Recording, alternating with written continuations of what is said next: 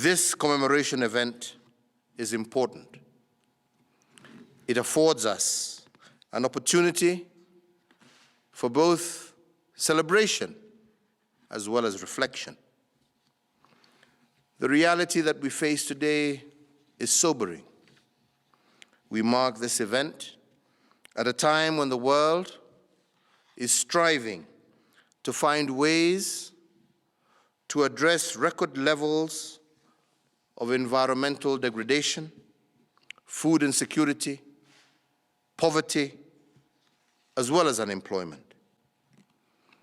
Indeed, projections for future generations are bleak, demanding urgent and decisive action from us today.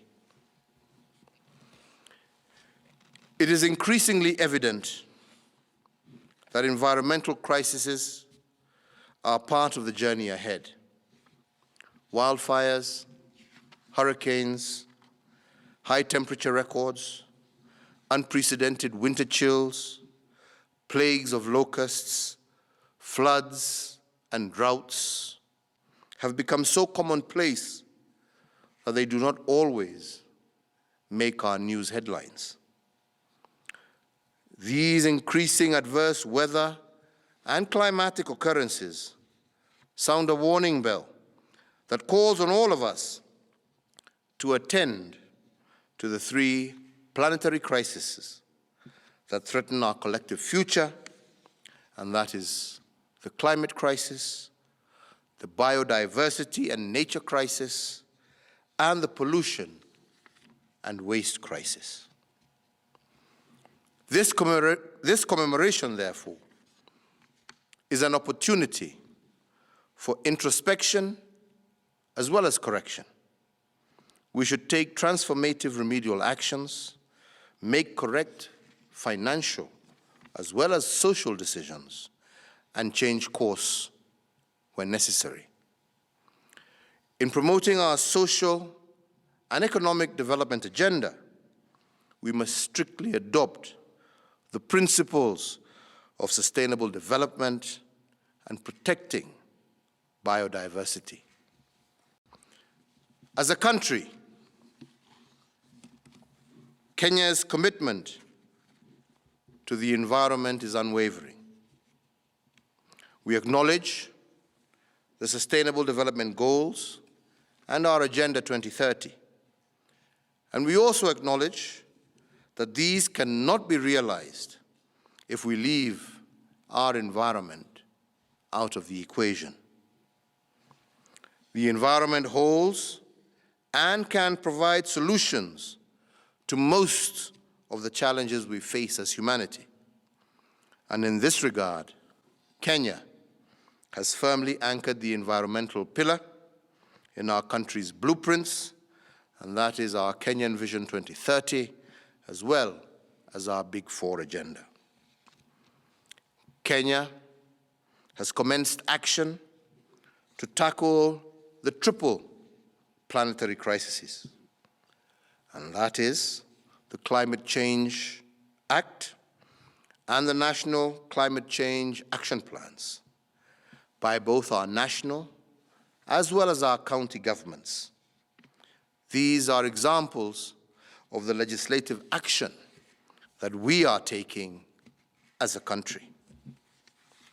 My administration has also put in place policies to address biodiversity, loss, pollution, protection of our forests, and the sustainable use of our environmental resources, including our oceans. Kenya is the world's environmental capital, and we are proud to host the United Nations Environmental Programme headquarters in our country. This being the only UN headquarters in the Global South. I want to take this opportunity to assure UNEP and the United Nations family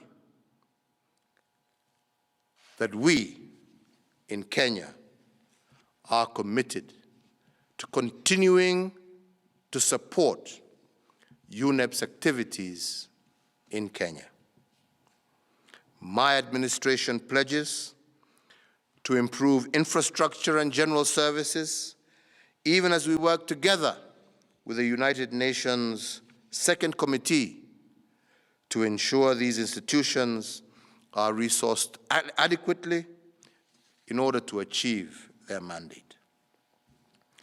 So, ladies and gentlemen, I wish to end my remarks by thanking all member states of the United Nations, the President of the current United Nations Environmental Assembly, Mr. Svein Rotevatn, the Executive Director of UNEP, Ms. Inger Anderson, and all her staff for their commitment and determination to see UNEP succeed. I also wish to take this opportunity to call upon all the people and nations of the world to increase their commitments and actions towards safeguarding our environment. Join me today in pledging support to strengthen UNEP and its activities.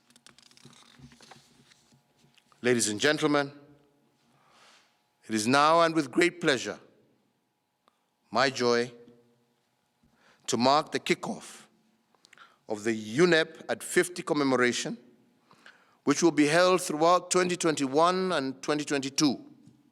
And we look forward to welcoming the world to the UNEP at 50 and the UNEA 5th next year.